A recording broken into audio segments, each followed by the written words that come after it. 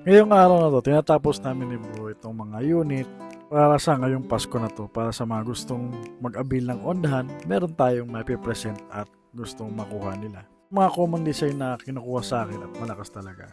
Like itong Mario at Marvel. At pagkatapos nito, nag-prepare na rin kami ng konting regalo namin dun sa mga kaibigan namin sa gym. Dahil papunta na kami ng gym, sinabay na namin itong mga regalo para dun sa mga kaibigan namin. Mga malalapit na tao dito sa gym. Kaya tara, samahan niyo ako sa day 77 ng daily vlog ko. Dahil malapit na ang Kapaskuhan, total sa atin na nagbibigayan tayo ng mga regalo ngayong buwan na to. At syempre, marami tayong handaan at party na aatinan. Kaya dapat maging stay healthy pa rin tayo sa pangatawan natin. So, kailangan pa rin natin mag-workout. Dito naman mga kabilog, hindi na ako nagbuhat. Umba na lang kami ngayong araw to kasama ko si Bunso. Dahil medyo may inaasikaso rin tayo sa bahay ngayong Kapaskuhan. Tayo ang importante, consistent lang din tayo sa workout na ginagawa natin. Like itong pawisan ka man lang in 30 to 1 hour.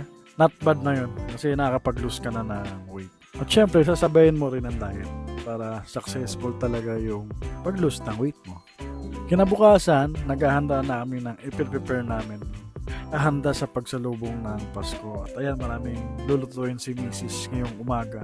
At ako naman tapos na akong mag-prepare ng favorite steak ko. At itong lechon belly na nirequest ko. Medyo matagal ito iyan kasi nakapal yung laman. Siguro mga 3 to 4 hours bago to maluto.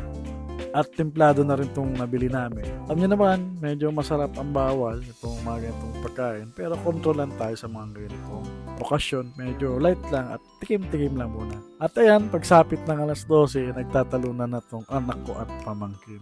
Kasama na rin yung lolo nila nagsasayaw. Medyo malungkot man na wala si mama. Pero ang importante, masaya ang pamilya at walang problema. Dahil once a year lang naman ang Pasko, syempre dapat maging masaya tayo.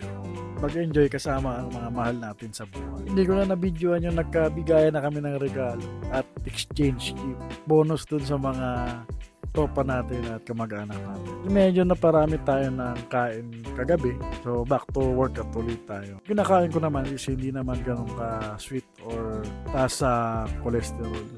Actually, yung mga kinakain ko pagka ganito mga Pasko, like yung mataas sa protein, like steak, hipon, fish, all about sa protein at mga gulay. Kasama ko kasi yung carb like yung spaghetti, mga tinapay, mga donuts, like sweets naman, cake, salad. Pwede naman basta tumikim lang tayo. Huwag yung sobra-sobra kasi nagda-diet tayo at nag-exercise. Kailangan kasi natin i-maintain yung diet natin at yung kinakain natin. Kumbaga may calories pa rin tayong ini-intake na sapat lang doon sa araw na yun. Pwede naman tayo mag-bank calories kung nakapag-bank calories ka na last week para at least makain mo pa rin yung gusto mong kainin. At dahil patapos na kami mag-gym, picture mo na bago mag-uwi yan.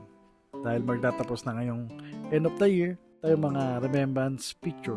Kung hindi ka pa nakapollow sa page ko at sa channel ko, baka ito yung last content na makikita mo. Kung nakapollow ko naman, maraming salamat sa suporta at pagsubaybay dito sa page ko.